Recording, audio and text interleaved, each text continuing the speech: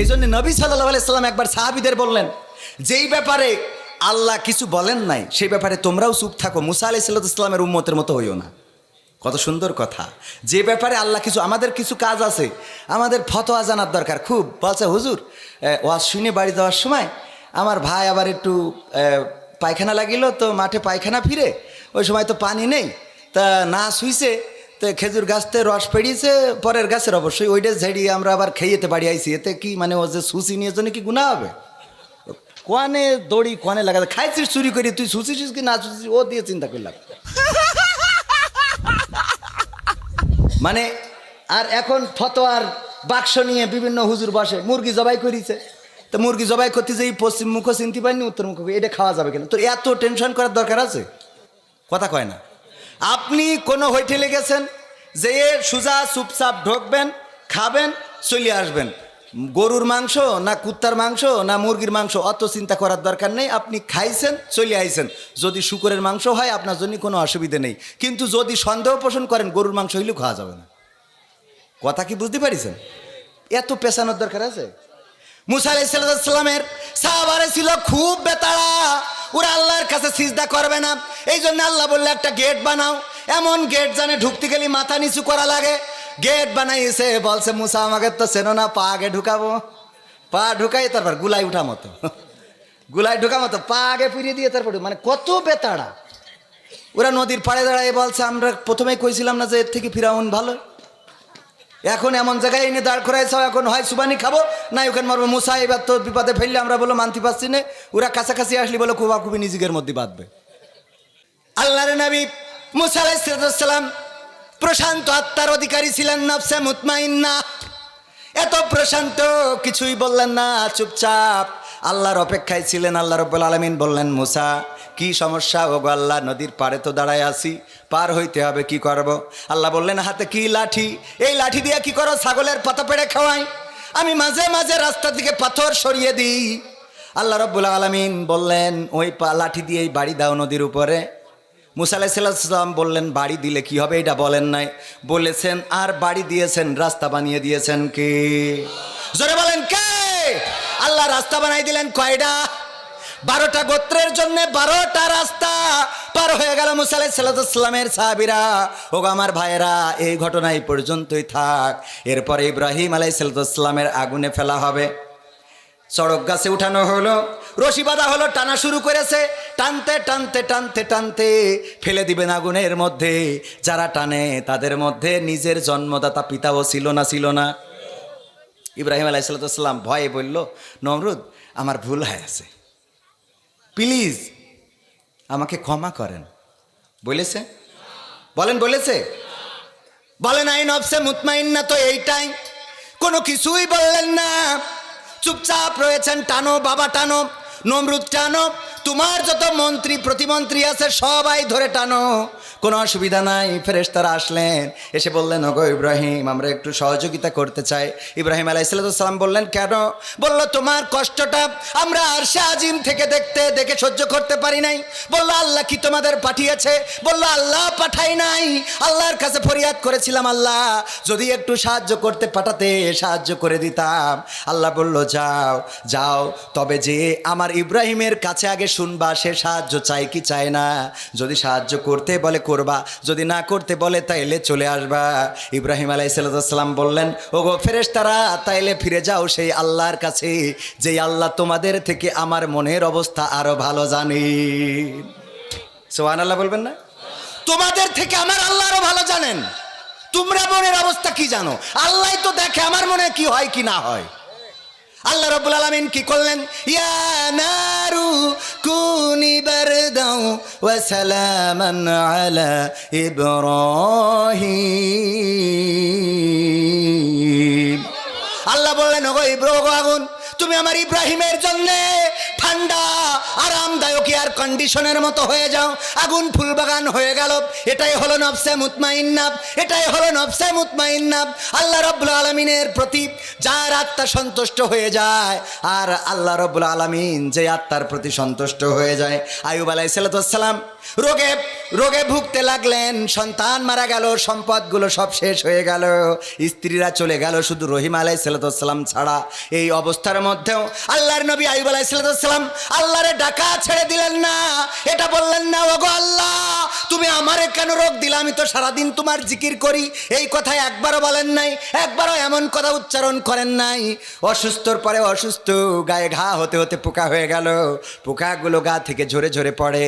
এরপরে আস্তে করে যখন জিহ্বায় পোকা ধরে গেল, জিহ্বাগুলো খাওয়া শুরু করে দিল, তখন আইয়ুব আলাইহিস সালাম ডাক দিলেন, ওগো রব, হে আমার রব, তোমার কাছে কোনো অভিযোগ আমি কোনোদিন করি নাই।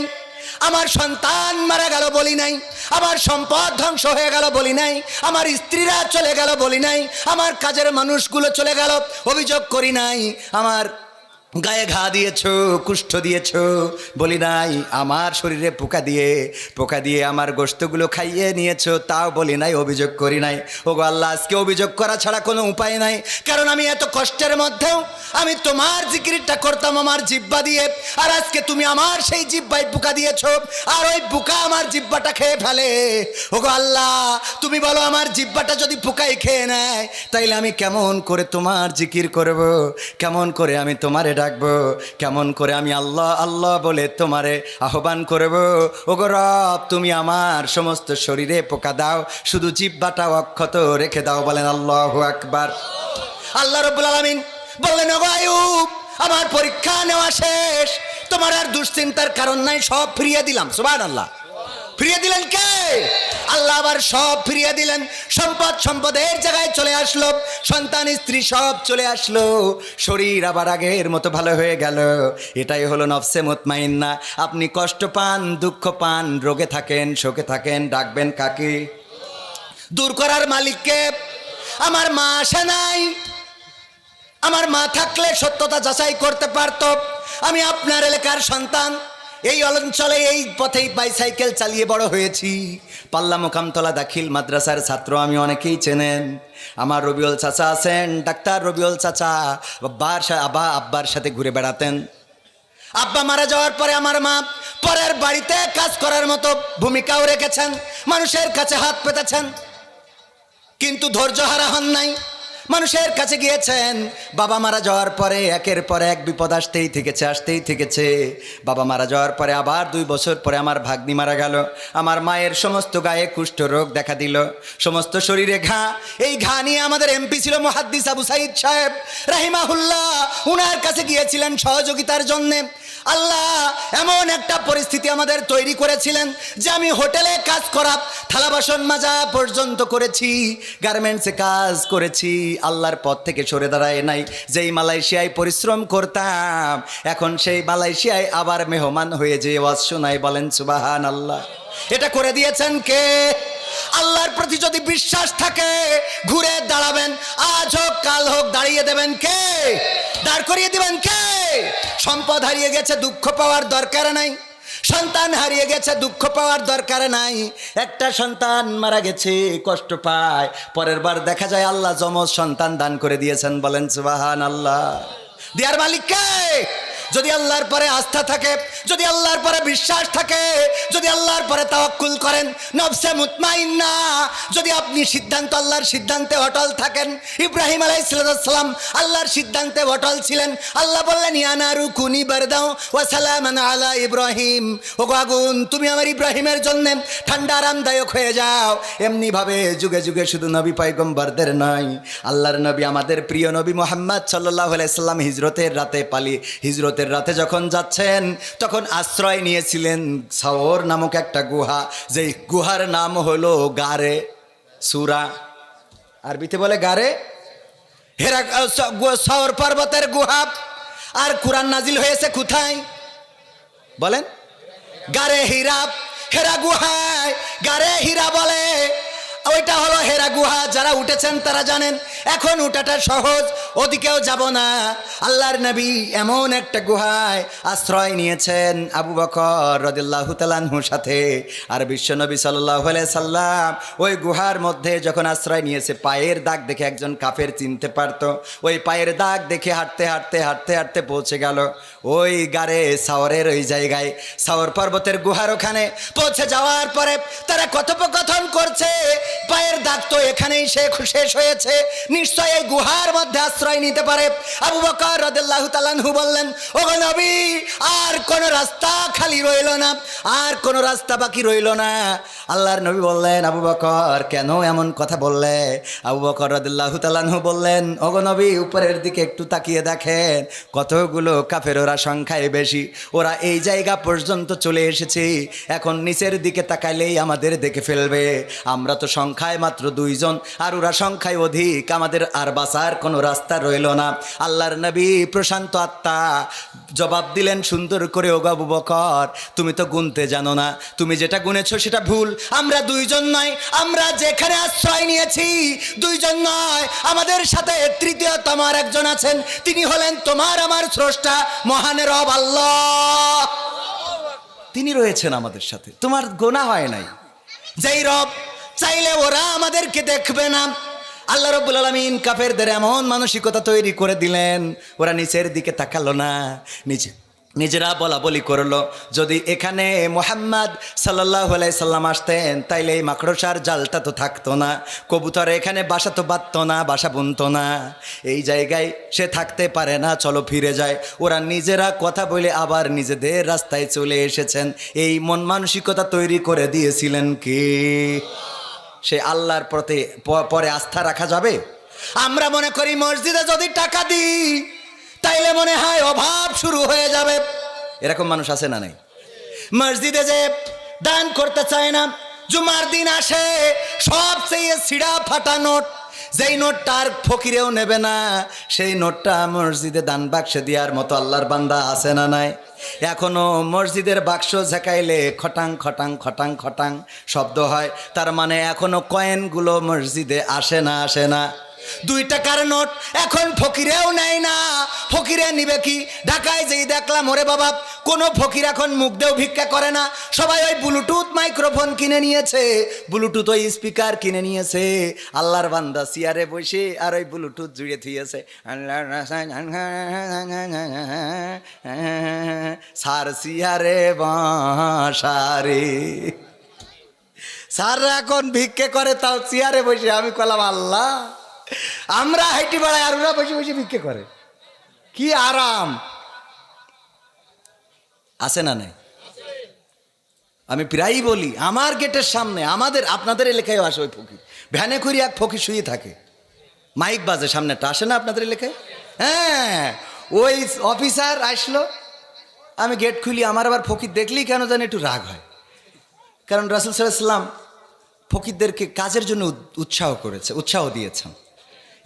হালাল কিন্তু অপছন্দের, ঘৃণার। 1 নম্বর হলো তালাক, আর 2 নম্বর হলো ভিক্ষাবৃত্তি। এই 2টা কাজ আল্লাহর কাছে অপছন্দের, তবে হালাল।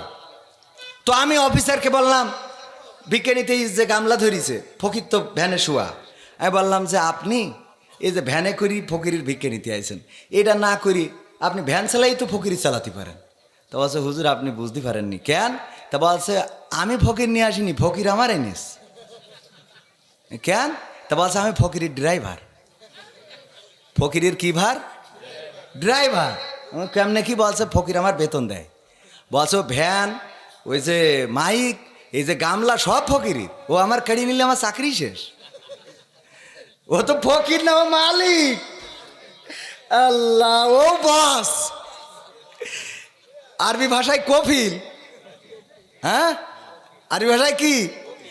কাতারে বলে মুদির, আর সৌদি আরবে, এই দূর সিঙ্গাপুর, মালয়েশিয়ায় বলে বস। ও নিয়ে আসে, বলছে আমার মাসে মাসে বেতন দেয়, তাই আমি এই নিয়ে আসি, এই যে গামলা ধরি, এই করি বেড়াইতে হয়। তাই আমি বলছি, মাইক লাগানো কেন, একটু মুখী করতে? বলছে, অত কষ্ট করি পারে কিনা। আমি শুয়ে রয়েছি কেন? বলছে, বসে থেকে পারা যায় অত, এখানে আরামসে ঘুম দিচ্ছে, দায়িত্ব সবের। ওগো আমার ভাইয়েরা, এই ফকির, আল্লাহ রাব্বুল আলামিন ফকিরকে ধনী করে দিতে পারে না? পারে না? এক ফকিরের সার্চ করে দেখা গেল 2-3-4 লাখ টাকা ওর বাস্তার মধ্যে, খাওয়ার সময় হয় নাই, মারা যাওয়ার সময় দেখা যায় কত ফকির মারা গেছে, ঘরে টাকা ভর্তি, বাস্তার পরে টাকা ভর্তি, ভিক্ষে করতে করতে মরে যায়, তাও টাকার নিশা ছাড়ে। এরকম মানুষ আমাদেরও আছে না নাই? যদি বলেন ভাই চলেন উমরাটা করে আসি, টাকা তো কম হয় নাই, হজটা করে আসি। হজে জাতি কত টাকা লাগে তুমি জানো? পাখামো করা যায় আমার পরে হজ ফরজ হয়ে যা কোনো? হ্যাঁ, হজের কথা কর, আমি হজ করার যোগ্য হয়ে যা কোনো? ভাই ওই পশ্চিম মাঠে 1 বিঘে জমি বেচতে চাইলো, নিতে কনে কনে? আরে বাবা, ও জমির কথা শুনলি এনার্জি। হ্যাঁ, ও তোমার চাষির নামে ব্যাংকে কটা টাকা আছে, দেখো যদি হয় নোবানে। আরে শয়তান, আছে না নাই? 1,25,30,000 টাকা দিয়ে ওমরা করতে যাওয়ার সুযোগ হয় না, অথচ 4 লাখ টাকা বউ তালাকতে দিতে পারে। কথা কয় না? ও কি দেয় কি শেষ চাই? যে চলি গেছো যে আবার মামলা করে যে টাকাও লাগবে, চলি যাবে, টাকাও নিয়ে যাবে, আইন সবকের। আল্লাহ নবী সাল্লাল্লাহু আলাইহি সাল্লামের কাছে আবু হুরায়রা একদিন এসে কান্না করছে। আপনারা জানেন ঘটনাটা, তারপরে স্মরণ করিয়ে দিই।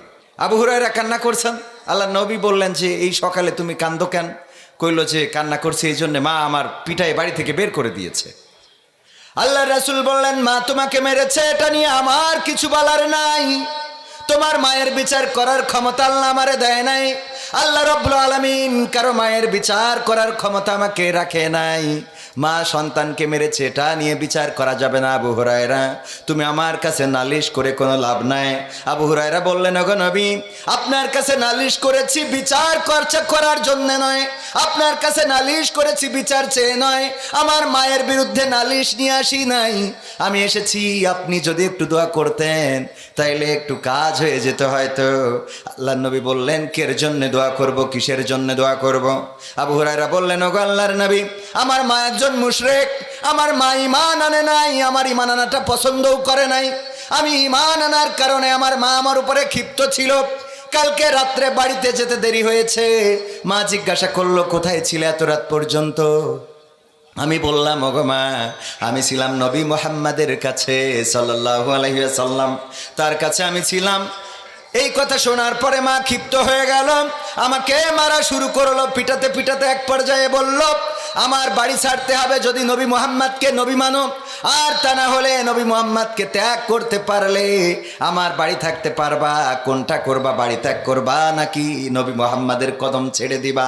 আমি মাকে বললাম, ওগো মা, তুমি যদি মারতে মারতে আমাকে মেরেও ফেলো, তুমি যদি বাড়ি থেকে বের করে দাও, এমনকি দুনিয়া থেকেও বের করে দিতে চাও, তবু আমার কোনো আপত্তি নাই, নবী মুহাম্মদ সাল্লাল্লাহু আলাইহি সাল্লামের কদম ছাড়তে পারবো না। এই কথা বলার পরে আরো ক্ষিপ্ত হয়ে মারলেন এবং বের করে দিলেন।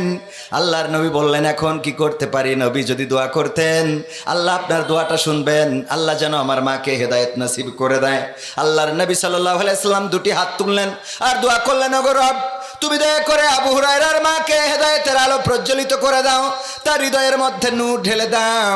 ওগো আল্লাহ, তুমি আবু হুরায়রার মাকে দ্বীনের জন্য কবুল করে নাও, ইসলামের জন্য কবুল করে নাও। আবু হুরায়রা দৌড় দিলেন। অন্য সাহাবীরা জানে আবু হুরায়রা রাদিয়াল্লাহু তাআলা আনহু খুবই ভদ্র মানুষ, এত জোরে তো দৌড়ায় না। টান দিয়ে বললেন, ওগো আবু হুরায়রা, দৌড়াও কেন? কি হয়েছে তোমার? গোলমাল হয়েছে নাকি? কি ঝামেলাটা কি? কেন দৌড় দিলে? আবু হুরায়রা বলে, আমারে ছেড়ে দাও, বাড়িতে যেতে চায়, আমি বাড়িতে গিয়ে দেখতে চাই আল্লাহর নবী আমার মায়ের জন্য 2টি হাত তুলে দোয়া করেছেন, আমি বাড়িতে যেয়ে দেখবো আমি দৌড়ে আগে বাড়ি পৌঁছালাম নাকি আল্লাহর নবী আর আল্লাহর নবীর দোয়া আরশে আজিমে পৌঁছে গিয়েছে। আবু হুরায়রা রাদিয়াল্লাহু তাআলা আনহু বর্ণনা করেছেন, আমি বাড়িতে গিয়ে যখন দরজায় নক করলাম, ভিতর থেকে আওয়াজ আসলো, কে? আমি বললাম, ওগো মা, আমি তোমার সন্তান আবু হুরায়রা দরজায় দাঁড়িয়ে। মা বললেন, বাবা দাঁড়াও, দরজাটা খুলছি। আবু হুরায়রা বলেন, আমার মা যখন এই কথাটা বলেছে তখন তার কথার মধ্যে আমি হেদায়েতের নূরের আওয়াজ পেয়েছি। আমার মন বলে নিল আমি বাড়িতে পৌঁছানোর আগে আল্লাহর নবীর দোয়া আমার বাড়িতে পৌঁছে গেছে। আল্লাহর নবীর দোয়া বাড়িতে পৌঁছে গেছে। আবু হুরায়রা বললেন, দরজা খোলার পরে মা জননী আমাকে ডাক দিয়ে বললেন, ও আবু হুরায়রা, আমি তোমাকে মেরেছি, আমার হৃদয়টা বড্ড কষ্ট পেয়েছে। কেন মারলাম তোমারে, কেন পিটালাম, কেন বাড়ি থেকে বের করে দিলাম? সারাটা রাত আমার ঘুম হয় নাই। আমার মন তো বলল আমি এমন মানুষের কাছে গিয়েছে আমার সন্তান, যেই মানুষের নামে কোনো গীবত, যেই মানুষের নামে কোনো খারাপ কথা, কটু কথা এই সমাজে নাই, যেই মানুষ কোনোদিন কাউকে খারাপ বলে নাই, যেই মানুষ কোনোদিন কাউকে গালমন্দ করে নাই, যেই মানুষ কোনোদিন কাউকে কষ্ট দেয় নাই, গালি দেয় নাই, মারে নাই, পিটাই নাই, ধরে নাই, কারোর সাথে অন্যায় আচরণ করে নাই, এমন একজন মানুষের কদমের কাছে গিয়েছে, কেন তারে মারলাম? আমার অনুশোচনা হয়েছে। ওগো আবু হুরায়রা, তুমি নিয়ে চলো তোমার নবী মুহাম্মাদের কাছে, আমি সেখানে যে পড়ে নিতে চাই লা ইলাহা ইল্লাল্লাহু মুহাম্মাদুর রাসূলুল্লাহ সাল্লাল্লাহু। আল্লাহর নবী দোয়া করলেন, কবুল হয়েছে না হয় নাই? আল্লাহর নবী দোয়া করলেন, ওগো আল্লাহ, তুমি যদি আবু জাহেল, ওমর, আবু সুফিয়ান, উতবা, সাইবা, মুগিরা এই জাতীয় প্রভাবশালী কোনো ব্যক্তিকে ইসলামের জন্য কবুল করে নিতে, তাইলে তোমার ইসলামের মর্যাদাটা বেড়ে যেত। ওগো আল্লাহ, তুমি এমন প্রভাবশালী কাউকে কবুল করে নাও তোমার দিনের জন্যে। আগের রাতে দোয়া করেছেন, পরের দিন মিটিং হচ্ছে, নবী মুহাম্মদকে কে মারতে পারবে, কে তারে কাটতে পারবে, কে তার মাথা থেকে, ধর থেকে মাথাটা আলাদা করে দিতে পারবে। ওমর রাদিয়াল্লাহু তাআলা আনহু তরবারিটা উঁচু করে ধরে বললেন, এটা আমি করতে পারবো। সবাই বলল, ওমর ইবনে খাত্তাব, তার সাহস আছে, তার শক্তি আছে, সামর্থ্য আছে। ওগো যুবকেরা শুনে নাও, ওমর ইবনে খাত্তাব কেমন ছিলেন? নবীর মাথা কাটার মতো উদ্ধত সাহস দেখিয়েছিলেন। ওমর ইবনে খাত্তাব ছুটে চললেন, নবীর মাথা কাটবেন। সাহাবীরা খবর শুনে ঘিরে ধরেছেন, কাছে আসতে দিবে না। আল্লাহর নবী সাহাবীদেরকে বললেন, আসতে দাও, জায়গা করে দাও, রাস্তা করে দাও। ওমর রাদিয়াল্লাহু তাআলা আনহু এসে দাঁড়ালেন। আল্লাহর নবী দাঁড়িয়ে ওমর রাদিয়াল্লাহু তাআলা আনহুর বাহুতে ঝাঁকা দিয়ে বললেন, ওগো ওমর, আল্লাহ কি তোমার মনের অবস্থার পরিবর্তন এখনো করে নাই? ওমর রাদিয়াল্লাহু তাআলা আনহু তরবারিটা নবীর কদমের কাছে রাখলেন এবং বললেন, ওগো নবী, আমি তওবা করেছি, আমি আমার বোন এবং আমার ভগ্নিপতির ইসলাম গ্রহণের খবর শুনে তাদেরকে এমন প্রহার করেছি, এত পিটিয়েছি, তারপরেও তারা ইসলামের বাণী ছাড়তে চায় নাই, কালেমার বাণী থেকে সরে আসতে চায় নাই, আপনার কদমটা ছাড়তে চায় নাই। আমি বুঝতে পারলাম নিশ্চয় এমন কোন বাণী, যেই বাণী রক্তপাতকে ভয় পায় না, যেই বাণী মৃত্যুকে ভয় পায় না। কি এমন বাণী আমার বোনের কাছে শুনলাম? আল্লাহ আমার হৃদয়ে হেদায়েতের আলো প্রজ্বলিত করেছে। এই তরবারি, যেই তরবারি দিয়ে আপনার গলা কাটতে এসেছিলাম, ওগো নবী, আপনার কদমের কাছে সঁপে দিয়ে বলছি, আজকে থেকে ইসলামের বিরুদ্ধে যে কথা বলবে, ওমরের তরবারি তার বিরুদ্ধে অবস্থান নিবে। দোয়া করেছিলেন কে?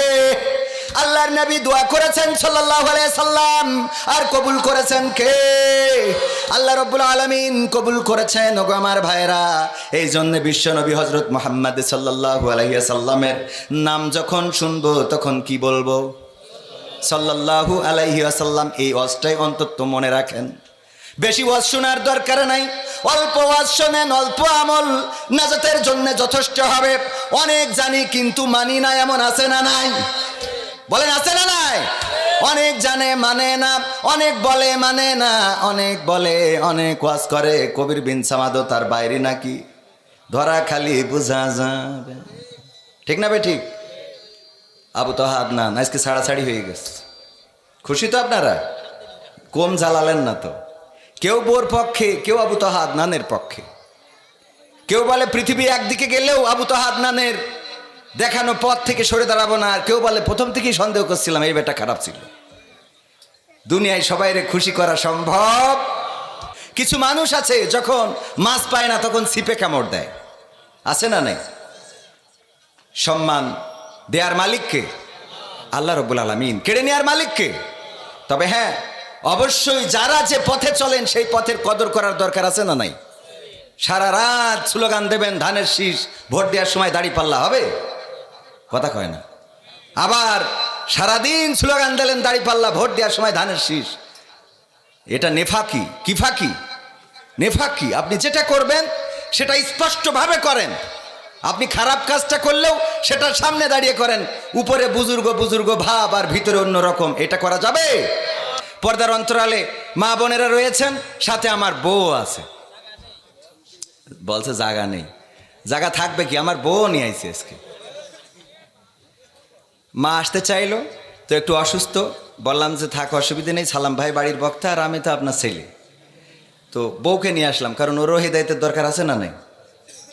কথা কয় না, কারণ এখনকার সময়ে বউ হইল বড় ফিতনা। থুই চলি গেলি আর একদিকে চলি যাচ্ছে, কথা কয় না। এই জন্যই সাথে রাখার দরকার আছে না নাই? গদ খালি আর খবরদার কারণ নিয়ে যাবেন না, বউ নিয়ে যাবেন। হ্যাঁ, রাজি তো? ওই যে যাদেরকে নিয়ে যান ওদের নিয়ে যাবেন না, নিয়ে যাবেন কি?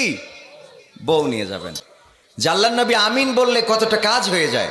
আল্লাহ নবী ছিলেন মুস্তাজাবুদ দাওয়া, তিনি যে দোয়া করতেন সেই দোয়া কবুল করতেন কে?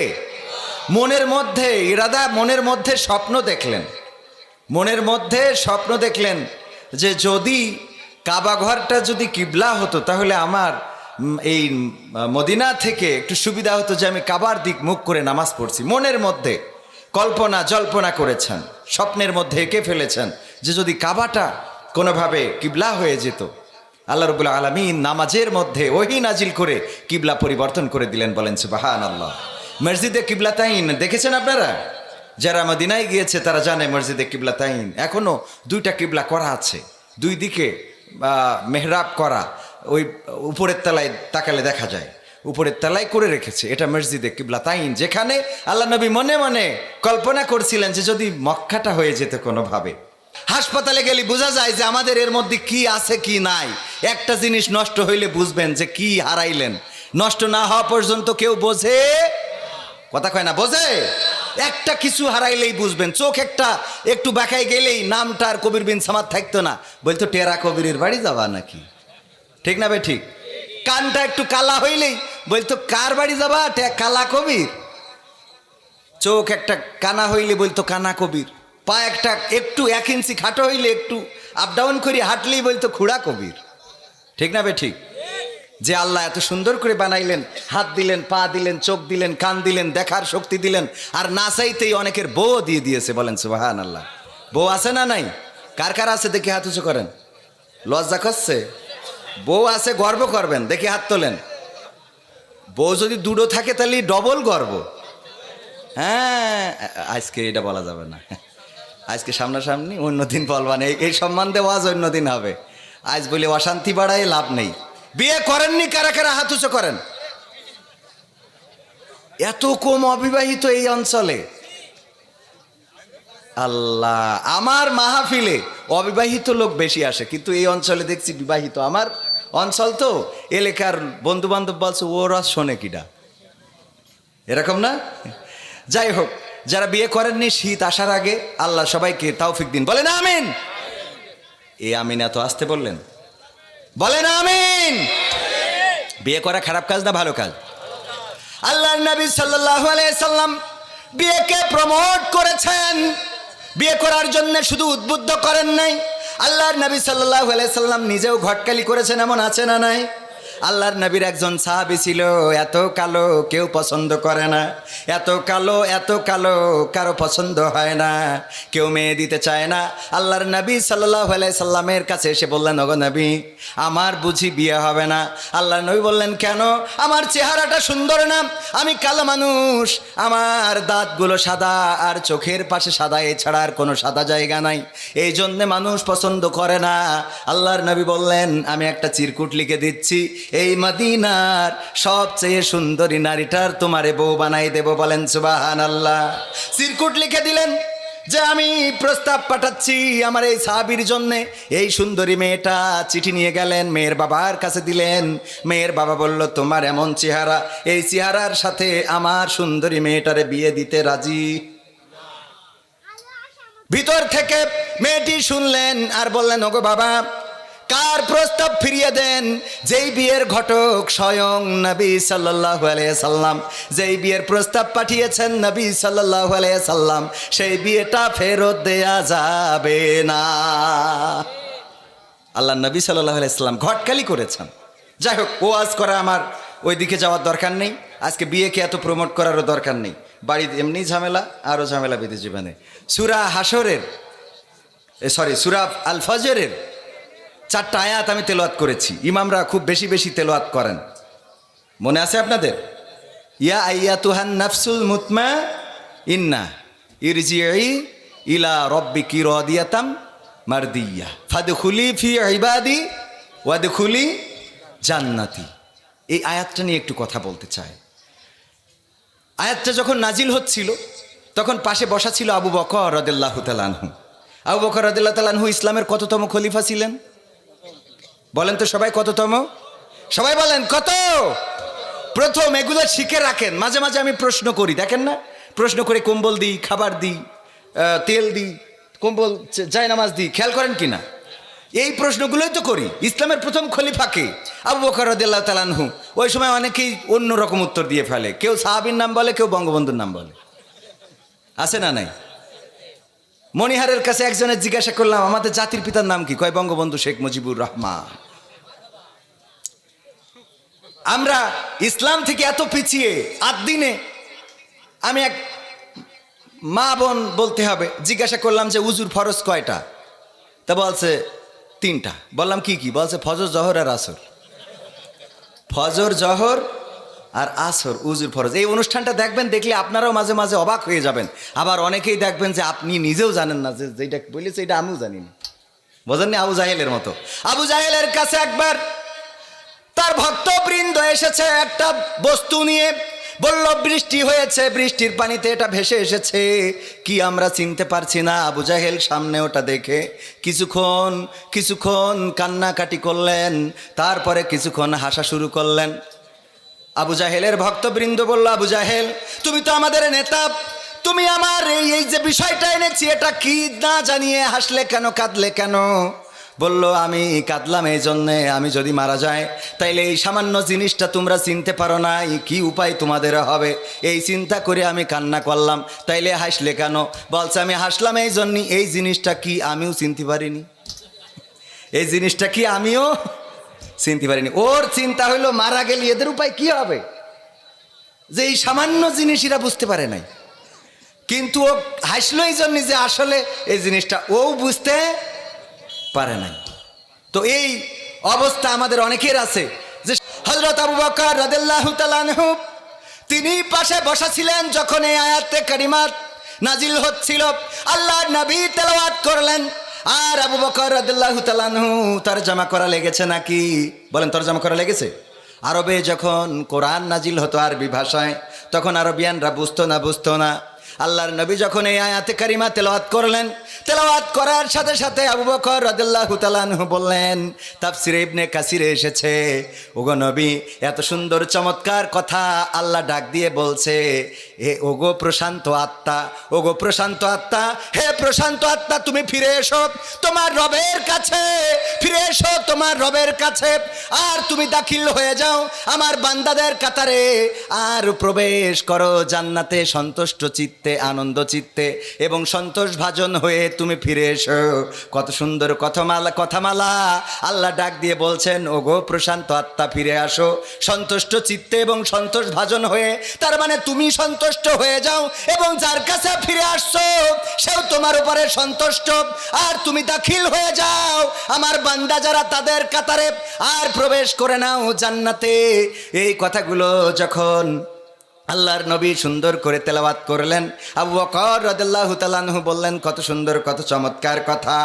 আবু বকর রাদিয়াল্লাহু তাআলা আনহুকে আল্লাহর নবী বললেন, ও আবু বকর শুনে নাও, যখন তোমার মৃত্যুর সময় ঘনিয়ে আসবে তখন আল্লাহ রব্বুল আলামিন এই কথাগুলো তোমাকেও বলে দিবেন। সুবহানাল্লাহ। নফসে মুতমাইন্না, প্রশান্ত আত্মা। কি আত্মা? বলেন কি আত্মা? আল্লাহ ডাক দিয়ে বলবেন, ওগো প্রশান্ত আত্মা ফিরে আসো তোমার রবের নিকট সন্তুষ্ট চিত্তে এবং সন্তোষ ভাজন হয়ে। সন্তুষ্ট চিত্তে মানে তুমিও খুশি হয়ে যাও। এটাই এমন, ধরেন আবার রাজনীতির কথা বলছি না, তারেক রহমান দেশে এসেছে, আমাদের এই থানায় অথবা এই সংসদীয় আসনে বিএনপির মনোনয়ন প্রত্যাশী আছে না নাই? কয়জন আছে? একাধিক ব্যক্তি, 2 বা 3 জন আছে না নাই? 2 বা 3 জন। এর মধ্যে যদি কোনো একজনকে ডাকে যে তুমি একটু ঢাকায় আসো, তারেক রহমান একজনকে ডেকেছে, তুমি একটু ঢাকায় আসো, ও তো আগের তে বলবে ধান লাগা, কথা কয় না।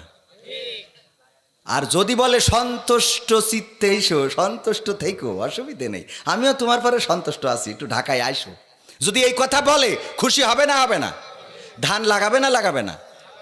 কথা কয় না। আপনাদের কি কষ্ট হচ্ছে? লাগাবে না লাগাবে না?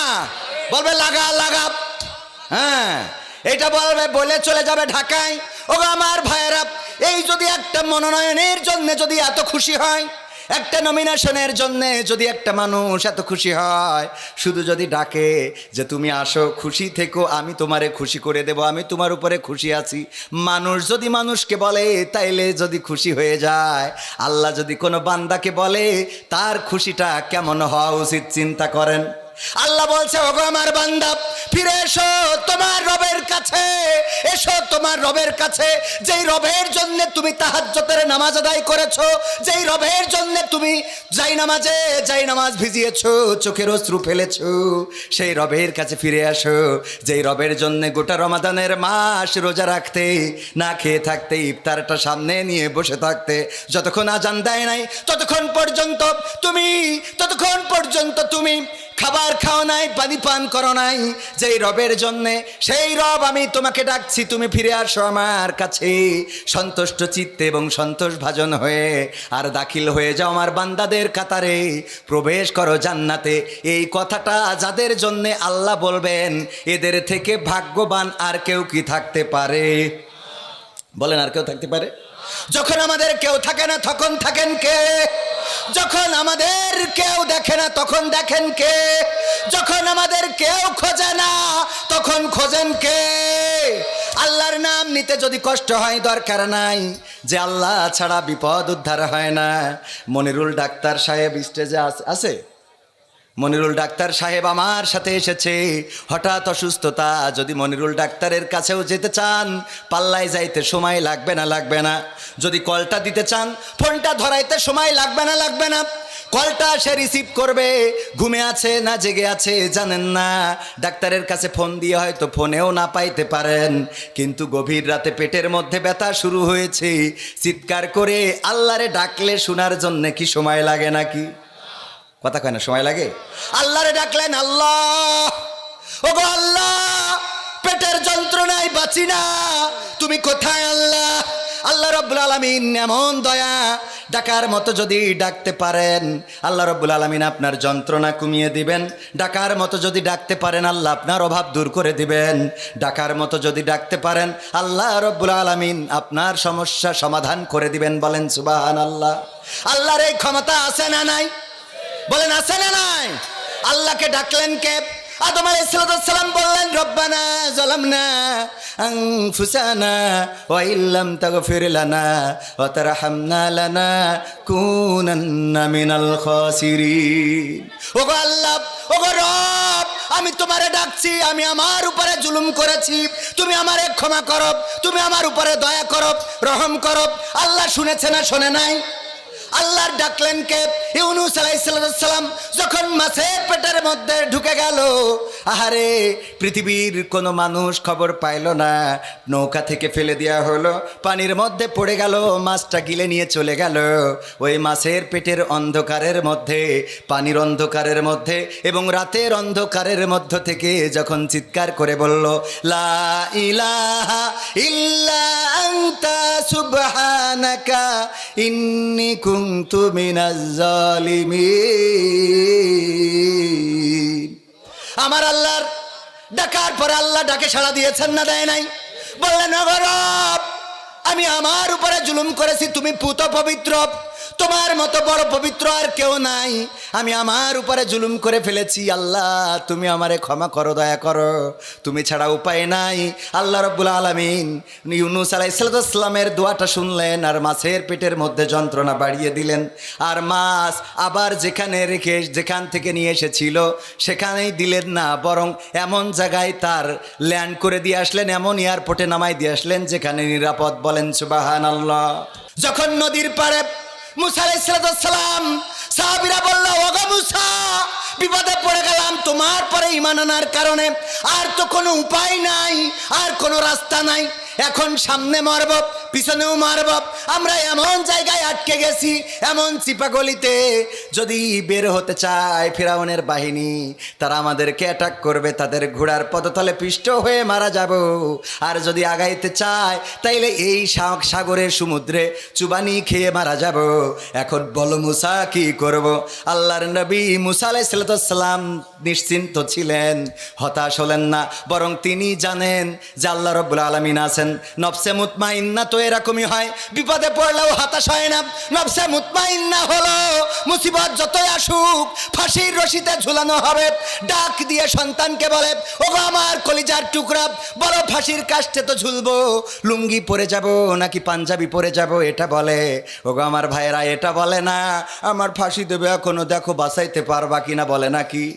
নফসে মুতমাইন্না বোঝেন তো? নফসে মুতমাইন্না প্রশান্ত আত্মা, আল্লাহর পরে এতটাই নির্ভর যে মৃত্যুর আগের দিন পর্যন্ত হাসতে থাকে। দেখেননি কোরআনের পাখি মৃত্যুর আগের দিনও এমন হাসি দিয়েছেন যেন এক ফালি চাঁদ হেসেছে। আহারে 13টা বছর কারাগারে মুখের মধ্যে মলিনতা কি ছিল, কিন্তু এখন যারা আছে বের করলে মনে হয় এখনো 13 মাস হয় নাই, তাও চেহারার দিকে কি তাকানো যায়? কথা কয় না যায়, তাকানো যায় না। কারণটা কি? কারণটা হলো তাদের আল্লাহর প্রতি কনফিডেন্স নাই, আত্মবিশ্বাস নাই। আল্লাহর প্রতি তাদের বিশ্বাস না থাকার কারণে ওরা নফসে মুতমাইন্না হইতে পারে নাই। এই জন্য দুশ্চিন্তা আছে না নাই? কথা কয় না, দুশ্চিন্তা আছে না নাই? আর নফসে মুতমাইন্না তারা জানে বেঁচে আসি মানে আল্লাহ আছে, মরে গেলেও কে আছে, জেলে থাকলেও কে আছে, বাইরে থাকলেও কে আছে। মাঠের মধ্যে যদি যান তাও আল্লাহকে পাওয়া যায় না, যায় না। সিজদায় যদি ডাকেন আল্লাহকে পাওয়া যায় না, যায় না। আপনি যেখানে যে অবস্থায় থাকেন, ওগো আমার যুবকেরা, প্রেমের জন্য ঘুরে বেড়াই, ভালোবাসার জন্য ঘুরে বেড়ায়, গদখালি যায়, ওই পার্কে ঘুরে বেড়ায়, ফুল নিয়ে কত মানুষের আহারে কত বড় কাঙাল, প্রেমের জন্য কত কি করে। ওই যে প্রেমে সাকসেস হইতে যে ঢাকায় ছাত্র দলের একজন নেতাকে হত্যা করেছে, দেখেছেন না দেখেন নাই? হত্যা করার সাথে সাথে ধারণা করা হয়েছিল হয়তো রাজনৈতিক কোনো হত্যা হতে পারে, কিন্তু আহারে ঘটনাটা কি বের হলো? একজন নারীর জন্যে তার জীবনটা দিতে হলো। মিন্নির মতো ঘটনা ঘটেছে, বরগুনার মিন্নির নাম আপনাদের মনে আছে না নাই? ত্রিভুজ প্রেমে জড়িয়ে গিয়েছে, প্রাইভেট টিচার যিনি তার সাথেও প্রেম করেছে, আবার ক্লাস 4 থেকে শুরু করি আর একজনের সাথে লাইন মারা। 9 বছরের প্রেম আর প্রাইভেট টিচারের প্রেম। চিন্তা করে কার সাথে যাব, কার খাবো, কার সাথে থাকবো, এই দুইটা ব্যালেন্স করতে পারে না। আগের প্রেমিকরে বলিছে নতুন ডারে দুনিয়াতে সরাই দাও, যাতে অন্তত আমি সিদ্ধান্ত ভালোভাবে নিতে পারি। আহা, একটা মায়ের কোল খালি করে দিল, খালি সিদ্ধান্ত নেবে যে ও নেই, আমার আর টেনশন নেই, এখন যেইটা এইটার সাথে চলবে। এই মিন্নির মতো ঘটনা ঘটেছে ঢাকায়। তৃতীয় তলায় যে দরজায় নক করেছে, কিন্তু পরিকল্পনা তো তাদের, এবং নারীদের পরিকল্পনা অত্যন্ত জঘন্য। নারীরা শেষ করে দিতে পারে। আদম আলাইহিস সালামকে জান্নাত থেকে বের করেছে, জান্নাত থেকে বেরোতে হয়েছে যদি আল্লাহর পরিকল্পনা ছিল। তবুও আমাদের হাওয়া আলাইহিস সালাম শয়তানের ওয়াসওয়াসায় পড়ে গিয়েছিল, বলেন ঠিক না বে ঠিক? আমাদের আদি মাতা শয়তানের ওয়াসওয়াসায় পড়ে গেলেন, আর আদম আলাইহিস সালামকেও সেই গন্ধক ফল খাওয়ালেন। এর বিনিময়ে কি হয়ে গেল? লজ্জাস্থান থেকে কাপড় সরে গেল, জান্নাতের কাপড়গুলো আল্লাহ রাব্বুল আলামিন কেড়ে নিলেন, তারপরে জান্নাত থেকে দুনিয়ায় পাঠিয়ে দিলেন। ওগো আমার ভাইয়েরা, এই জন্য নারীদের ষড়যন্ত্র থেকে নিজেদেরকে আল্লাহর কাছে পানাহ চাইবেন। যদি সে বউ হয়, পানাহ চাইবেন কার কাছে? বারবার দোয়া করবেন, রব্বানা আতিনা ফিদ দুনিয়া হাসানা ওয়া ফিল আখিরাতি হাসানা ওয়া কিনা আযাবান। মুখস্থ আছে না নাই? পড়েন, রব্বানা আতিনা ফিদ দুনিয়া হাসানাতাও ওয়া ফিল আখিরাতি হাসানা ওয়া কিনা আযাবান নার। হে রব, তুমি আমাকে দুনিয়ার কল্যাণ এবং আখিরাতের কল্যাণ দান করো, এবং জাহান্নামের আযাব থেকে রক্ষা করো। আল্লাহর কাছে দুনিয়ার কল্যাণ চাইবেন, আখিরাতের কল্যাণ চাইবেন। সালাতুল হাজত পড়বেন, যত মুসিবতে পড়েন, যত বিপদে পড়েন, সালাতুল হাজত পড়বেন। সম্ভব হইলে তাহাজ্জুদ পড়বেন, আল্লাহর কাছে কাটাকাটি করবেন। সব মুসিবত থেকে মুক্ত করার মালিক কে? বলেন কে? আল্লাহ মুক্ত করার মালিক। এই মেয়েটা, বর্ষা নামের মেয়েটা, কি করলো মাহির নামের ছেলেটার সাথে প্রেমে মত্ত হয়ে ভোর থেকেই প্রেম করে আসছে, 9 বছরের প্রেম। তারে বলেছে যদি এইটারে সরাইতে পারো, জুবাইরকে যদি সরাইতে পারো, জবু বলে ডাকে তার বাবা আদর করে, যদি সরিয়ে দিতে পারো তাইলেই আমি তোমার হব। আহাতও করা হলো, দরজায় নক করলো, দরজাটা খোলো, আমাকে একটু বাঁচাও। ওই মেয়েটা বলেছে তুমি না মরলে আমি মাহিরের হইতে পারবো না, সুতরাং তুমি মরে যাও সেটাই ভালো। এই যে মেরে ফেললো, আহারে এই প্রেম, এই ভালোবাসা। এখন একজন মায়ের কোল খালি করলো, অপরজনের মা আবার ওই আসামিকে এনে ধরিয়ে দিয়েছে, নিজে পুলিশের কাছে সোপর্দ করেছে। আর যেই মেয়েটার কারণে সেও এখন জেলখানায়। বলেন দেখি প্রেম কি ভালো কিছু বয়ে আনলো না খারাপ কিছু? তাইলে এই প্রেম কি করা যাবে? না, করবেন না, প্রেমের পিছনে ঘুরবেন না। আপনি যারে চান চিঠি দিয়ে লাভ নেই, মেসেজ করে লাভ নেই, ফ্রেন্ড রিকোয়েস্ট পাঠায় লাভ নেই, টিকটক করে লাভ নেই। বরং যদি সিজদায় পড়ে আল্লাহর কাছে চাইতে পারেন, আল্লাহ আমার তো মনে হয় ওই মেয়েটা যদি আমার জীবন সঙ্গিনী হয়ে যায় তাইলে আমার জীবনটা সুখের হবে, আমি বড্ড ভালোবাসি। আল্লাহ রাব্বুল আলামিন যদি কল্যাণ মনে করেন তারে তোমারে দিয়ে দিতে পারে না? পারে না? কথা কয় না, পারে না? পারে না? যারা বিয়ে করেছেন তারাও সেই দেখবেন আপনাদের ডবল বিয়ে হইতে পারে। এই আল্লাহ দিতে পারে না? পারে না? এটা কি খারাপ কাজ? খারাপ কাজ? ভাইরা আমার, নফসে মুতমাইন্নার কথা বলছিলাম। প্রশান্ত আত্মা তো এমন। মুসা আলাইহিস সালাম দাঁড়িয়ে আছেন, সাহাবীরা, ওরা মুসা আলাইহিস সালামের সাহাবীরা খুব বেতাড়া ছিল। কি ছিল? বেতাড়া। মানে মুসা আলাইহিস সালাম যদি ওরা বলে সোজা, ওরা যায় বেকা। কোরআনে সব ঘটনা আছে, সূরা বাকারা, এটা তো ওই ওই ঘটনাকে কেন্দ্র করি। বলছে যে গরু কুরবানি দিতে বলিছে, তা বলছে সেই গরু ছোট হবে না বড় হবে? তা বলছে যে মাঝারি জুতির। আল্লাহর কাছে শুনে নিয়ে বলছে মাঝারি জুতির। বলছে কালার কি হবে? এবার বলছে কালার এই হবে। বলছে তা গায়ে হবে না এড়িয়ে হবে? প্রথম কথায় যদি একটা গরু এনে জবাই করে দেয় তাহলে বলে মিটে যায়। কিন্তু এত বেতাড়া ছিল, মানে ওই জিজ্ঞেস করতে করতে আল্লাহ এমন করিতেছে যে সেই গরু খুঁজি পায় কষ্ট। ওগো আমার ভাইয়েরা, আলোচনায় আসি। আমি যেই কথা বলছিলাম, আল্লাহ রাব্বুল আলামিন আপনার জায়গাটা ফিরিয়ে দিবেন যদি বিশ্বাস থাকে। ইব্রাহিম আলাইহিস সালামকে দিয়েছেন, আইয়ুব আলাইহিস সালামকে দিয়েছেন, ইউনুস আলাইহিস সালামকে দিয়েছেন, নূহ আলাইহিস সালামকে দিয়েছেন, আদম আলাইহিস সালামকে দিয়েছেন, লূত আলাইহিস সালামকে দিয়েছেন, মুহাম্মদ সাল্লাল্লাহু আলাইহি সাল্লামকে দিয়েছেন। এমনি ভাবে শুধু নবী সাল্লাল্লাহু আলাইহি সাল্লাম নয়, এই জমিনে শাহজালাল, শাহ মাকদুম, তিতুমির, শরিয়াতুল্লাহ, মুন্সি মেহেরুল্লাহ, আর বর্তমান জামানায় আল্লাহর দ্বীনের পথে অনেকেই ফাঁসির কাস্টে ঝুলে গিয়েছেন। বলেন তাদের সম্মান বাড়িয়ে দিয়েছেন কি? বাড়িয়ে দিয়েছেন কে? এখন যেই দিকে যাই সেই দিকের গণজোয়ার আছে না নাই?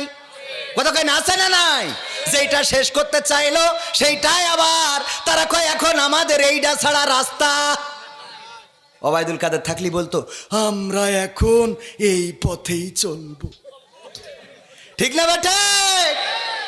বলতে এখন আর আমাদের খেলা হবে, এখন তোমরা খেলা করবে আমরা দেখবো। কথা কয় না, এখন খেলা হবে তোমাদের আর আমরা হব দর্শক, গ্যালারিতে বসে থাকবো। আরে আল্লাহ রাব্বুল আলামিন এভাবেই তো বিজয় দান করে। ধৈর্যের দরকার আছে না নাই? ধৈর্য ধরলেন বিজয় দিয়ে দিচ্ছেন কি? এমনি ভাবে যদি অন্যরাও ধৈর্য ধরে বিজয় দিবেন কে? যদি অধৈর্য হন লাঞ্ছিত করবেন কে? আল্লাহ লাঞ্ছিত করেছেন ফিরাউনকে, নমরুদকে, হামানকে। আল্লাহ লাঞ্ছিত করেছেন আবু জাহেলকে, আবু সুফিয়ান, উতবা, সাইবা, মুগিরা, আবু লাহাব। এমনি ভাবে অসংখ্য কাফেরকে লাঞ্ছিত করেছেন। যারা আল্লাহর বিকল্প পথ খুঁজতে চেয়েছে তারা দুনিয়ায়ও পথ পায় নাই, আর আখেরাতেও পাবে। আর যারা আল্লাহর পথ খুঁজে নিবে দুনিয়ায় তারা সম্মানিত হবে, আর আখেরাতে তাদের মর্যাদা দিবেন কে? আল্লাহ ডাক দিয়ে বলবেন ইয়া তুহান নাফসুল মুতমাইন্না ইরজিই ইলা রাব্বিকি রাদিয়াতাম মারদিয়া ফাদখুলি ফি ইবাদি ওয়াদখুলি জান্নাতি। ওগো ওগো আমার বান্দা, তুমি ফিরে আসো তোমার রবের কাছে, তুমি ফিরে আসো তোমার রবের কাছে সন্তুষ্ট চিত্তে এবং সন্তোষ ভাজন হয়ে, আর প্রবেশ দাখিল হয়ে যাও, আমার বান্দাদের কাতারে শামিল হয়ে যাও। আমার প্রিয় বান্দা যারা, প্রিয় বান্দা কারা? আল্লাহর নবী, আল্লাহর ওলি যারা ছিল, আল্লাহর ওলি কারা ছিল? শাহজালাল, শাহ মাকদুম আল্লাহর ওলি ছিলেন। মুন্সি মেহেরুল্লাহ, তিতুমির, বখতিয়ার, ইখতিয়ার এমনি ভাবে আল্লাহর ওলি ছিলেন। আর আল্লাহর নবীদের নাম তো সবাই জানেন, তাদের কাতারে শামিল করে দিবেন কে? আর প্রবেশ করতে বলবেন জান্নাতে। এর থেকে বড় বিজয় কি মুমিনের আর হতে পারে? এই বিজয় চান কে? কে হাত দেখতে চাই? নারায়ে তাকবীর, লিল্লাহি তাকবীর। আল কোরআনের আলো, আল হাদিসের আলো, আমার নেতা তোমার নেতা, নারায়ে তাকবীর। আল্লাহ রাব্বুল আলামিন, আল্লাহর পরে যদি আস্থা থাকেন, বিশ্বাস যদি থাকে, আল্লাহ আপনার রাস্তা করে দিবেন। সেই আল্লাহর পরে বিশ্বাস রেখে দিনের পথে চলার দরকার আছে না নাই? কোরআনের পথে চলার দরকার আছে না নাই?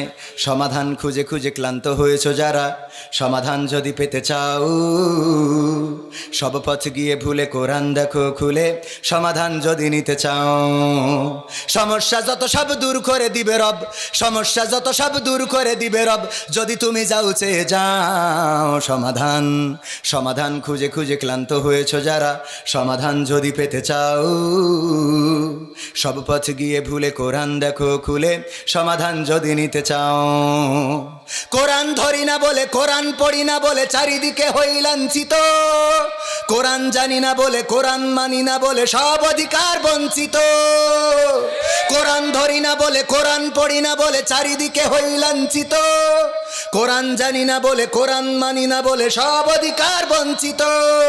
মরিচিকার পিছে না ঘুরে মিছে মিছে, মরিচিকার পিছে না ঘুরে মিছে মিছে, কোরআনটা খুলে দেখে নাও সমাধান।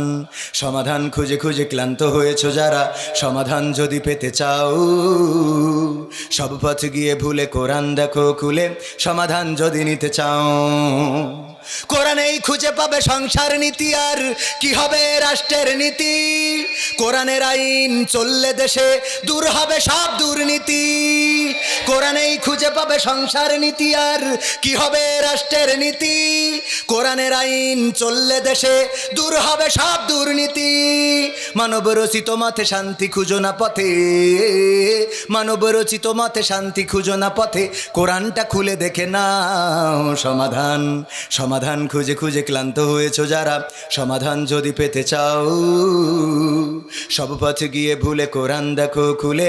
সমাধান যদি নিতে চাও, কোরআনের সমাধান আছে না নাই? সব সমস্যার সমাধান। যারা বলেননি তাদের বিশ্বাস হয়নি। সব সমস্যার সমাধান, জোরে বলেন, সব সমস্যার সমাধান, সব সমস্যার সমাধান। এই কোরআনের সাথে আমাদের কারো বিরোধ আছে? আওয়ামী লীগ যারা, তারা কোরআন মানে না, মানে না। বিএনপি যারা কোরআন মানে না, মানে না। জামাত যারা কোরআন মানে না, মানে না। অন্য দল যারা করে তারা কোরআন মানে না, মানে না। কোরআন যদি মানেন, জামাত করা লাগবে না, হেফাজত করা লাগবে না, চরমনাই করা লাগবে না, কওমি আটরশি আলিয়া কোনো কিছু করা লাগবে না। কোরআনের দল, কোরআনের আইন কায়েম করার জন্যে যদি আমলিগরা জেগে ওঠে, সেই আমলিগ করলেও হয়ে যাবে। বলেন ঠিক কিনা? যদি বিএনপিরা কোরআন কায়েম করে দিতে চায়, সেই বিএনপি করলেও হক আদায় হবে না? হবে না? হক আদায় হয়ে যাবে। আমি কোনো দলের কথা বলতে চাই না, আমি আমার কথা হলো কোরআনের দল করবে যারা, তাদের পক্ষে আমরা। বলেন ঠিক না বেঠে? যে কোরআনের পক্ষের লোক, সে যেই হোক, আমি তার পক্ষের লোক। কথা ঠিক না বেঠিক? কোরআনের পক্ষে যেই কথা বলবে, কোরআনের চেয়ে সত্য কথা আর কেউ বলে না। হাদিসের মধ্যেও জাল হাদিস, হাদিসের মধ্যেও হাদিসের প্রকারভেদ আছে না নাই? 6টা তো সহিহ গ্রন্থ। কোনটা কোনটা? বুখারী, মুসলিম, আবু দাউদ, নাসাই, ইবনে মাজা, তিরমিজি। কয়টা বলেন? কয়টা? এই 6টা জিজ্ঞেস করলে অনেকেই বলতে পারবেন না, আমিও ভালো পারি না, তাও শিখে ফেলেছি। কারণ না বললে মাঝে মাঝে যদি ধরে বসে কেউ, তো এই 6টা হাদিস সিয়াসিত্তা আমরা সহিহ গ্রন্থ মনে করি। এই 6টারও প্রকারভেদ। বুখারী এবং মুসলিম শরীফে যে হাদিসটা এসেছে, সেটাকে আমরা আরো গুরুত্ব দিয়ে বলি মুত্তাফাকুন আলাইহি। বলি না? বলি না যে এই হাদিসটা খুবই গুরুত্বপূর্ণ, যে এই 2টা কিতাবে এসেছে। আবার অনেক রাবি আছে যে রাবি পরিচিত না, এই জন্য আমরা ওই সাহাবিগুলো, ওই হাদিসগুলোকে গরিব হাদিস বানাই নিয়েছি। ওই হাদিসগুলোকে আমরা, অনেক হাদিস আছে যে হাদিসগুলোকে জালও বানাই ফেলেছি। এরম আছে না নাই? কথা কয় না। কিন্তু কোরআনের মধ্যে কি এরকম প্রকারভেদ আছে? বলেন আছে? সুতরাং কোরআন থেকে যে কথা বলে এর থেকে সত্য কথা আর কেউ বলে না, বলেন সুবহানাল্লাহ। কোরআন দিয়ে যে কথা বলে তার মতো সত্য কথা আর কেউ বলে। নবীর নামেও অনেক মিথ্যা কথা চালানোর লোক আছে। শিশু নবী মোস্তফায় রাস্তা দিয়া হাইটা যায়, হরিণ একটা বান্দা ছিল গাছের তলায়, তুম তুম তুম তুম। কথা কয় না? আছে না? নাই? ছিল না? ছিল না? ওই সময় আমাদের মুরব্বীজনেরা শুনতো আর খাইনতো, আহারে হরিণ একটা বান্দা ছিল। এই পর্যন্ত কোরআন হাদিস দিয়ে কি এই ঘটনা পাওয়া গেছে? এই কথা শুনিয়া গো কান্দে বিবি ফাতেমাই রে সাদের মদিনায়, এই সংসারে গরিব রে কেউ ভালোবাসেন নাই রে, ভালোবাসেন নাই। সুরটা মনে আছে না? সুরটা মনে আছে না? হ্যাঁ, এখন আর এইগুলো চলে, কারণ তখন কোরআন মানুষ জানতো না, পড়তো না, বুঝতো না, এই জন্যে যা চালাই দিত সেইগুলো চলে যেত। এখন আর এইগুলো চলার সুযোগ, কথা কয় না। কিন্তু কোরআন থেকে যে বলেছে সে সত্য বলেছে। 1400 বছর আগে যে বলেছে, 14 কোটি বছর, 1400 কোটি বছর পরেও যে বলবে এইটাই সত্য কথা, বলেন সুবহানাল্লাহ। সুতরাং সেই কোরআনের কথা মানার দরকার আছে না নাই? আল্লাহ এই কোরআনে বললেন, ইয়া আইয়ুহাল্লাযীনা আমানু হাল আদুল্লুকুম আলা তিজারাতিন তুনজিকুম মিন আযাবিন আলীম। ওগো ঈমানদারেরা, আমি কি তোমাদের এমন একটা ব্যবসার সন্ধান দিয়ে দেব যেই ব্যবসা করলে তোমরা কঠিন জাহান্নামের আযাব থেকে বেঁচে যাবে। আল্লাহ আমাদের কাছে জানতে চেয়েছেন যে এমন একটা ব্যবসা ধরাই দিই যেই ব্যবসা করলে জান্নাতে যাবা। এই ব্যবসার দরকার আমাদের আছে না নাই? বলেন আছে না নাই? কার কার এই ব্যবসার দরকার? হাত উঁচু করেন যে জান্নাতে যাবেন। লিল্লাহি তাকবীর, নারায়ে তাকবীর। আল কোরআনের আলো, আল হাদিসের আলো, আমার নেতা তোমার নেতা। ও আমার ভাইরা, যদি জান্নাতে যেতে চান, যদি জাহান্নামের আযাব থেকে বাঁচতে চান, আল্লাহ বলল ব্যবসা ধরাই দিই। আমরা তো ব্যবসাটা খুব পছন্দ করি। আমি ওয়াজ করি, এত টাকা পাই। আবার এই শিমুলিয়ায় আমার একটা এজেন্ট ব্যাংক আছে না নাই? চেনেন তো আপনারা? ইসলামী ব্যাংক। যদিও আমার খুব বেশি আশা পড়ে না, সময় পাই একটু কম। আমাদের ছেলেরা ব্যাংকটা দেখাশোনা করে, মাঝে মাঝে আসি স্বাক্ষর করার জন্যে। কিছু ফাইল জমা হয়ে থাকে আমার জন্যে। ওগো আমার ভাইয়েরা, এই ব্যাংকটা ব্যবসার জন্য নিয়েছি, অর্থের জন্য নিয়েছি। ওয়াজ করি, ব্যবসা করি, আবার আকিজ কলেজে চাকরি করি, এরপরে আবার নিজেও একটা মাদ্রাসা করেছি। তারপরেও টাকা আগায় না, এই জন্যে এখন আবার মধু বিক্রি করি, তেল বিক্রি করি, চিয়া সিড বিক্রি করি, সিড মিক্স বিক্রি করি, ঘি বিক্রি করি। অনলাইনে আছে না নাই? মানে ব্যবসা দেখেন কয়টা খুলে বলি, আরও তো খুলব। কি ব্যবসা কেমন পছন্দ করি, আল্লাহ দিলি। হ্যাঁ, শুধু ব্যবসার জন্য তো আর ব্যবসা না, কিছু খেদমতের জন্য ব্যবসা। কিসের জন্যে? একটা হাসপাতাল করব ছুটিপুরে, ইনশা, যেন অত্র অঞ্চলের অবহেলিত যারা সুবিধা বঞ্চিত সেই মানুষগুলো যেন সেবা পায়, তার জন্য একটা হাসপাতালের পরিকল্পনা চলছে। আল্লাহ যেন কবুল করেন, বলেন আমিন। ইনশাআল্লাহ হয়ে যাবে। ওয়াজ করি যে টাকা পায়, কনে রাখবো এসব? এগুলো করার দরকার আছে না নাই? মাদ্রাসা করে দিয়েছি গত বছরের ওয়াজের টাকা দিয়ে, আর এইবারের কিছু টাকা দিয়ে আলহামদুলিল্লাহ মাদ্রাসা কমপ্লিট। গত বছর করেছি, গত বছর মানে এই 2025-এর শুরু করেছি 200 ছাত্রছাত্রী। চিন্তা করতে পারেন এ দিয়ার মালিককে? আমি চিন্তা করছিলাম 50 জন হয় কিনা, 200। আর আমার যারা সহযোগী আছে তারা জানে যে প্রতিদিন আমরা ফেরত দিই, প্রায় প্রতি সপ্তাহে আসে যে বাচ্চা ভর্তি করবে। আমাদের ক্যাপাসিটি নাই। বললাম যে মাপ চাই, আপনারা জানুয়ারিতে আসেন ইনশাআল্লাহ। আমার উস্তাদ মাহবুবুর রহমান আছে সামনে, উনিও জানেন প্রতিনিয়ত অভিভাবকরা জোর করে এসে বাচ্চা নিয়ে ক্লাসে বসে থাকে, কয় ভর্তি নেন আর না নেন, বসে থাকলাম। এই বছর আশা করছি যে 400+ হয়ে যাবে ছাত্রছাত্রী, এবং পড়ার মান আলহামদুলিল্লাহ। আপনার ছেলে জেনারেল পড়বে, কিন্তু ক্লাস 8-এর মধ্যে ও কোরআনের 30 নম্বর পারাটা মুখস্থ করে ফেলবে। শুধু তাই না, ও এসএসসি পাস করবে, আইএ পাস করবে, অনার্স করবে, মাস্টার্স করবে, গ্রামে আসবে, জুমার মসজিদের খুতবা দেবে। হ্যাঁ, এমন স্কলার তৈরি করব। খালি মনে করেন মাওলানা হইলেই নামাজ পড়াইতে পারে, হুজুর না হইলে পারে না। হুজুর বাদেও নামাজ পড়াই দেখাই দেবো যে ওরা কিরাম পারে। আমার থেকে বড় বড় হুজুর হবে, ওয়াজ করবে, তা আমি সামনে বসে শুনবো খালি। আর আমার একটাই উদ্দেশ্য, যদি পরকালের ময়দানে কোনো একজন ছাত্র বলে, আল্লাহ আমি কবির বিন সামাদের প্রতিষ্ঠিত মাদ্রাসায় পড়তাম, আল্লাহ তুমি ওর জাহান্নামে নিও না, ওর একটু ক্ষমা করে দাও, আমার এইটাই সার্থকতা, এর বাইরে আর কিছু নেই। পরকালে যদি একজন দাঁড়াই বলে, আল্লাহ জেনে ওর নিয়ে যাচ্ছ, আল্লাহ ও তো আমাদের হুজুর ছিল, ও তো জীবনে পাপ করেছি, বুঝতে পারিছি, আল্লাহ ক্ষমা করে দাও, আমি ওই হুজুরি মাদ্রাসার ছাত্র ছিলাম, এইটাও আল্লাহ রাব্বুল আলামিন এতটুকুতে জাহান্নামের আগুনটা মাফ করে দিতে পারে। বলেন সুবহানাল্লাহ। কোন আমলে আল্লাহ মাফ করবেন, কোন আমলে আল্লাহ ক্ষমা করবেন আমরা কেউ জানি? বুখারী শরীফের হাদিস, সময় নেই, ওইটা আরেকদিন এসে শোনাবানে, আর যদি সুযোগ পাই বলবো, শুনবেন। একটা সুন্দর হাদিস আছে যেটা আপনার জান্নাতে যাওয়ার, চরমনায়ের পীর সাহেব মরহুম রাহিমাহুল্লাহ খুব সুন্দর একটা কথা বলতো, ওগো আল্লাহর বান্দারা, তোমরা হতাশ হও না, নিরাশ হও না। যদি এমন হয় পরকালের ময়দানে সমস্ত মানুষ জান্নাতি হয়ে গেছে, একজন মাত্র জাহান্নামী, তাহলে তুমি যেন মনে করো না ওই একজন তুমি হইতে পারো না, এটা মনে রাখবা না, মাথায় রাখবা, সব মানুষ যদি জান্নাতি হয়ে যায়, তুমি একজন যদি জাহান্নামী হয়, সেই একজন আল্লাহর বান্দা তুমিও হয়ে যেতে পারো। আবার যদি সব মানুষ জাহান্নামে যায় আর একজন মানুষকে যদি আল্লাহ জান্নাতে দেয়, তবে তুমি আশা ছাড়বা না। আল্লাহ রাব্বুল আলামিন বলেছেন, লা তাকনাতু মির রাহমাতিল্লাহ, আল্লাহর রহমত থেকে নিরাশ হয়ো না, আশা ছাড়বা না আল্লাহর বান্দা, যে সব মানুষ জান্নাতি হয়ে গেল, সব মানুষ জাহান্নামী হয়ে গেল, একজন জান্নাতি, ওই একজন আমি হব না। আল্লাহ যদি চান ওই একজন আল্লাহর বান্দা তুমি হয়ে যেতে পারো। আব্দুল কাদের জিলানী মাঝে মাঝে কান্না করতেন আর বলতেন, ওগো আল্লাহ তুমি যদি আমারে জাহান্নামে দাও, তুমি যদি আমারে জাহান্নামে দাও আমি দুঃখ করব না, কিন্তু তুমি যদি আমারে জান্নাতে দাও তাও আমার দুঃখ থাকবে। এই কারণে তুমি যদি আমারে জান্নাতে দাও আর যদি কোনোদিন আমার খবর না নাও, কোনোদিন আমারে যদি একটু নাম ধরে না ডাকো, আব্দুল কাদের জিলানী কেমন আছো, কেমন লাগে তোমার, জান্নাত কেমন হলো, যদি আমার খোঁজ না নাও তাইলে আমি জান্নাতে থেকেও কষ্ট পাবো। আর যদি তুমি আমারে জাহান্নামে দিয়ে বলো, ওগো আব্দুল কাদের জিলানী জাহান্নামে তোমার কেমন লাগে, তুমি এই খবরটা নিলে আল্লাহ আমি ওই জাহান্নামটাই বেছে নেব। বলেন আল্লাহু আকবার। আল্লাহর সন্তুষ্ট অর্জন করার দরকার আছে না নাই?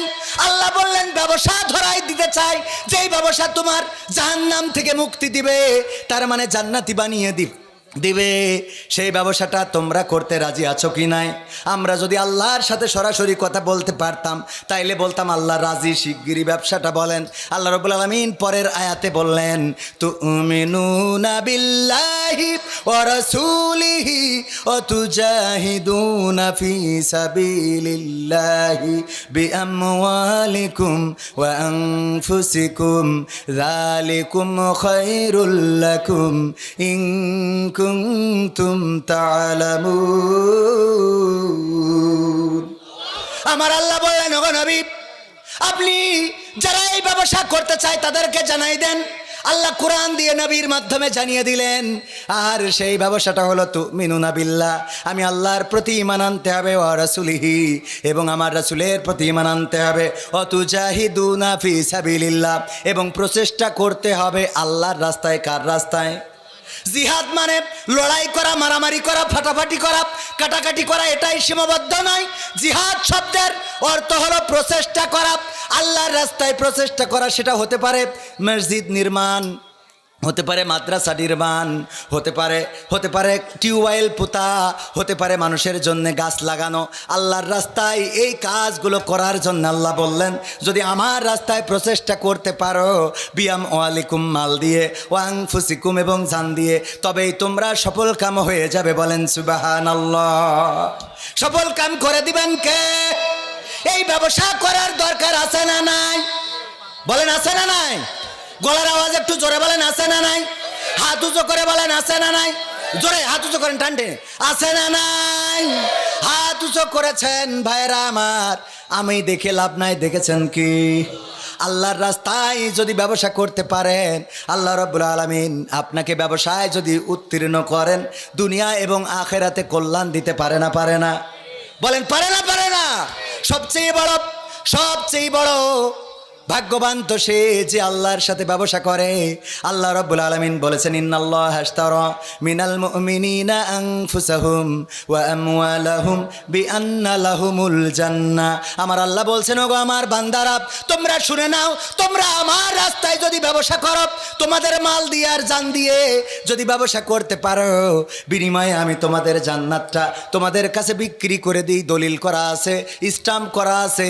পরকালে এসে বলবা, আল্লাহ আমি টাকা দিলাম, জমি দিলাম, তুমি আমার বেহেশতটা বুঝিয়ে দাও। আল্লাহ রাব্বুল আলামিন বুঝিয়ে দিবেন। বলেন সুবহানাল্লাহ। আল্লাহ বুঝিয়ে দিবেন না দিবেন না? আল্লাহ কোরআনেই বলে দিয়েছে। কিসে বলে দিয়েছে? শুধু তাই না, আল্লাহ আরো বলেছেন, ওগো আমার বান্দারা, তোমরা ব্যবসা করো, ব্যবসা করো সেই দিন আসার আগে যেই দিন তোমাদের সাথে আমার আর কোনো লেনদেন চলবে। লেনদেন চলবে? বুড়ো হয়ে গেছেন, এখন আর মাথায় কাজ করে না, এখন দাঁত পড়ে গেছে, ভালো খাতিও পারেন না। ওই সময় মনে হইলো আল্লাহর রাস্তায় দান করবেন, বললেন যে ওই পুবির মাঠের 1 বিঘে জমি মসজিদের নামে দিয়ে দেবো।